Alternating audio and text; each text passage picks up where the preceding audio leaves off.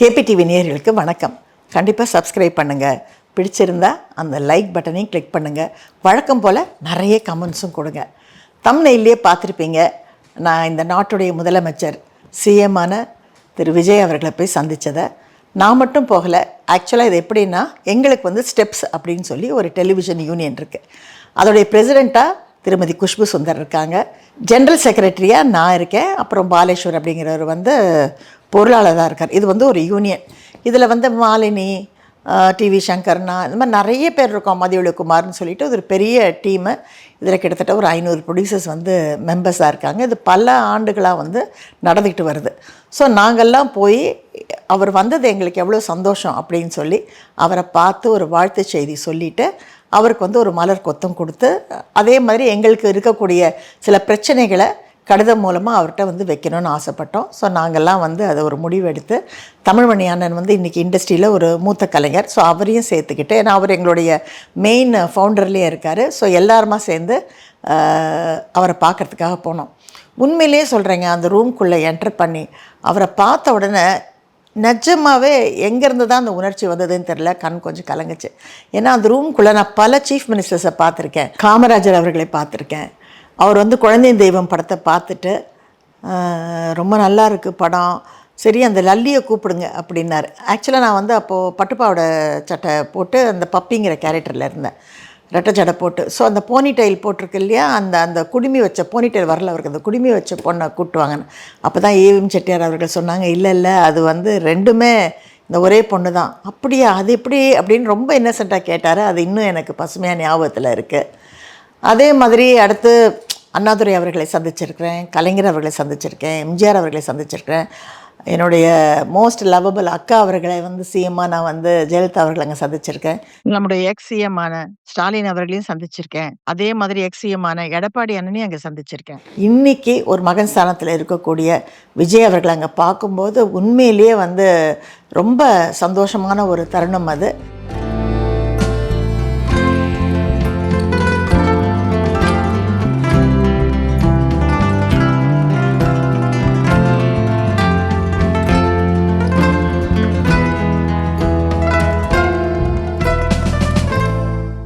And the most என்ன சொல்கிறது, dignified and eligible and young chief minister we have. And அவர் எல்லாருக்கூடையும் பொறுமையாக ஃபோட்டோ எடுத்துக்கிட்டு, ஒருத்தர் விடாமல் எல்லாருக்கூடையும் ஃபோட்டோ எடுத்துக்கிட்டு எல்லார்ட்டையும் அன்பாக பேசி, அப்புறம் நாங்கள் கொடுத்த அந்த கடிதத்தையும் அவர் வாங்கிக்கிட்டு, என்னால் முடிஞ்சதை நான் கண்டிப்பாக பண்ணுவேன் அப்படின்னு ரொம்ப அன்பாக சொன்னார். அவருடைய ஆட்சி நல்லபடியாக இருக்கணும்னு சொல்லி என் மனசுக்குள்ளே அவருக்கு பரிபூர்ண ஆசீர்வாதத்தை கொடுத்துட்டு நான் அங்கேருந்து வந்தேன்.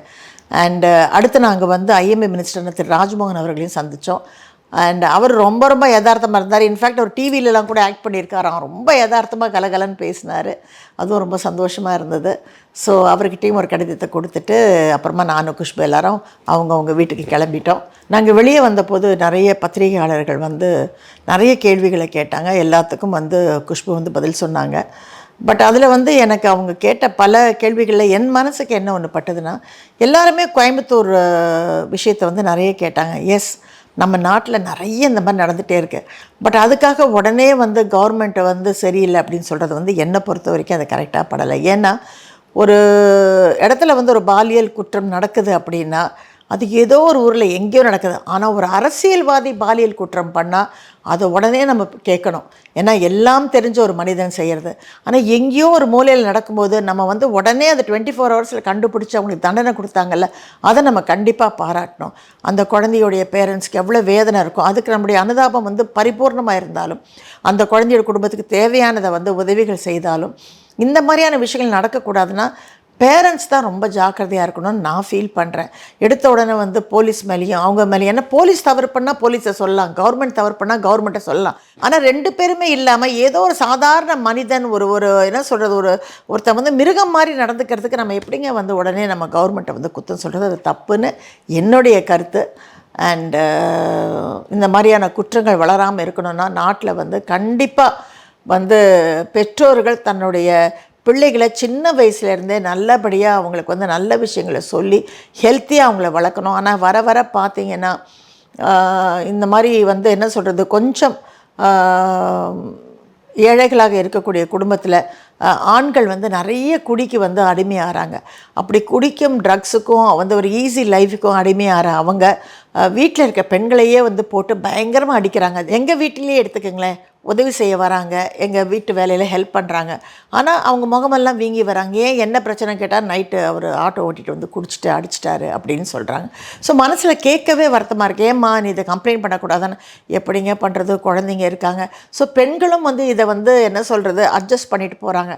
ஆனால் குடிங்கிறது வந்து ஒரு மிக மிக ஒரு ஒரு என்ன சொல்கிறது ஒரு மிருகத்தனமான ஒரு விஷயம். அதை வந்து கம்ப்ளீட்டாக ஒழிச்சிட முடியுமான்னு அது எனக்கு தெரியல. எங்கே ஒழிச்சா என்ன, அடுத்து பாண்டிச்சேரியில் போய் வாங்கிட்டு வர போகிறாங்க. ஸோ குடிக்கிறவன் குடிக்க தான் போகிறான், ட்ரக்ஸ் சாப்பிட தான் போகிறான். ஆனால் இந்த ஆட்சி பதவிக்கு வந்ததுக்கப்புறம் நிறைய கண்ட்ரோல் பண்ணியிருக்காங்க. நான் வந்து டெய்லி நியூஸ் பார்க்குறேன். ட்ரக்ஸ் விஷயத்தில் ரீசெண்டாக நேற்று ராத்திரி கூட பார்த்தேன், கிட்டத்தட்ட வந்து 4.5 கோடி ரூபாய்க்கு ஒர்த்தான பல ட்ரக்ஸு மாத்திரைகளை வந்து பறிமுதல் பண்ணியிருக்காங்க. நிறைய இடத்துல வந்து மது பாட்டிலை வந்து கான்ஃபிஸ்கேட் பண்ணியிருக்காங்க. நிறைய கடைகளை மூடியிருக்காங்க. ஸ்டெப்பாக தானேங்க பண்ண முடியும். நம்ம வந்து எதுவுமே வந்து கொஞ்சம் டைம் கொடுக்காம நம்ம வந்து உடனே வந்து ஒரு அக்யூஸ் மூட்லேயே நம்ம இருக்கிறது கரெக்ட் இல்லைன்னு தான் ஃபீல் பண்ணுறேன். என்னை பொறுத்த வரைக்கும் ஐம் வெரி ஹாப்பி. ரொம்ப சந்தோஷமாக இருக்குது. ஒரு நல்ல இளைஞர் நம்ம நாட்டை வந்து காப்பதற்காக வந்திருக்காரு. நம்மளால் முடிஞ்ச உதவி அவருக்கு கண்டிப்பாக நம்ம செய்யணும்னு நான் நினைக்கிறேன். எல்லாருக்கும் வணக்கம். நான் உங்கள் நீலிமா. குட்டி பத்மினி அம்மா வந்து ஏஆர்கே மித்ராலயா அப்படின்னு ஒரு ஓல்டேஜ் ஹோம் நடத்துகிறாங்க. இந்த மாதிரியான ஒரு விஷயத்தை செய்யறதுக்கு ஒரு பெரிய பாக்கியம் இருந்தால் தான் அதை பண்ணவே முடியும். நம்ம எல்லாருக்குமே ஒரு பெரிய ஆப்பர்ச்சுனிட்டி இருக்குது. அந்த இடத்த போய் விசிட் பண்ணுறதுக்கு, அவங்களோட ஜாயின் பண்ணி வாலண்டியர் பண்ணுறதுக்கு. ஸோ நீங்கள் உங்கள் குடும்பத்தையும் உங்களோட குழந்தைங்களையும் மறக்காமல் கூட்டிகிட்டு போங்க ஏஆர்கே மித்ராலயா ஓல்டேஜ் ஹோம். அதே மாதிரி இன்னொன்று நான் உங்களோட ஷேர் பண்ண விரும்புகிறேன். எந்த அளவுக்கு ஒரு தாய் தகப்பனுக்கு தன் குழந்தையை வந்து நல்லபடியாக வளர்க்கக்கூடிய அளவுக்கு ஒரு என்ன சொல்கிறது ஒரு முக்கியத்துவம் இருக்கோ, அதே முக்கியத்துவம் ஸ்கூலில் வந்து அவங்கள வழி நடத்துகிற டீச்சர்ஸ்க்கும் இருக்குது. டீச்சர்ஸும் ரொம்ப கேர்ஃபுல்லாக வந்து பசங்களை வந்து, ஏன்னா பசங்கங்கிறது வந்து ரொம்ப மென்மையான ஒரு ஹிருதயம் படைத்தவங்க. அவங்களுக்கு அந்த நேரத்தில் வந்து பாய்ஸ் அண்ட் கேர்ள்ஸ் கோஎட் ஸ்கூலில் பேசுகிறது, பழகிறது, சிரிக்கிறதுலாம் ரொம்ப சாதாரணமான ஒரு விஷயம். அந்த விஷயத்தை பெருசுப்படுத்தாமல் அவங்கள படிப்பில் எப்படி கவனம் செலுத்துறது அப்படிங்கிறத பேசணும். எப்போ பார்த்தாலும் என் கோட்டா மாதிரி எங்கேயோ முழிச்சிட்ருக்கேன், கெட் அவுட், ரூமை விட்டு வெளியே போ. ஏன்னா இப்போ வந்து அடிக்க முடியறதில்ல இல்லையா, அடித்தா ஒரு பெரிய இஷ்யூ ஆகிடுது. அதனால் அவங்கள வந்து கடும் சொற்களில் வந்து திட்டும்போது அந்த பசங்க மனசு வந்து ரொம்ப கூனி குறுகிடுது. ஏன்னா 4 பேர் முன்னாடி திட்டினா அவங்களுக்கு அது பிடிக்க மாட்டேங்குது.